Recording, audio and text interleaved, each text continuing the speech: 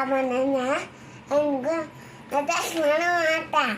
நம்ம இதுக்கு ஒழுங்கா செட்டாமா ஒழுங்கா நம்ம கிட்ட போனேன். அப்போ நான் அப்படி கட்ட கார்க்கோ मैं अम्मी कहते வீட்டுக்கு ஆட போட்டேன். யாருமே டச் பண்ண என்ன சொல்லணும்?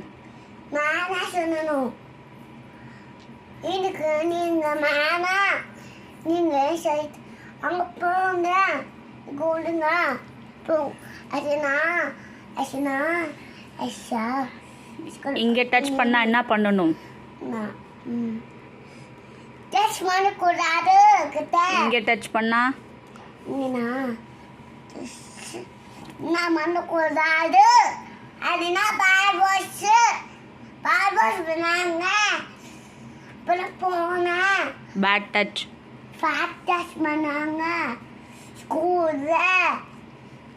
யார்கிட்ட வந்து சொல்லணும்?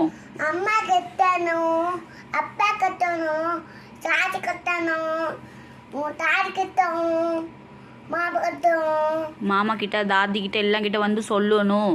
இந்த மாதிரி நான் சொல்லணும். சத்தமா என்னம்மா?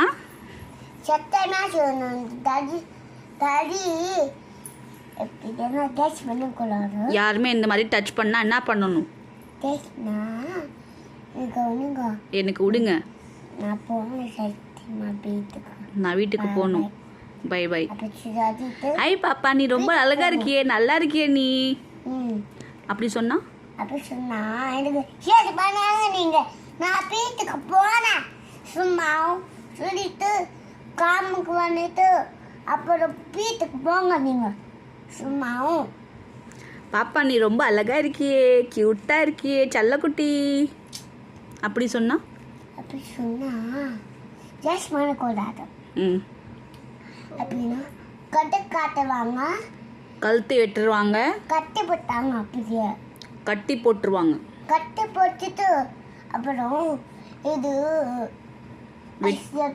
வீட்டு போட. ஆமாம், அதுக்காக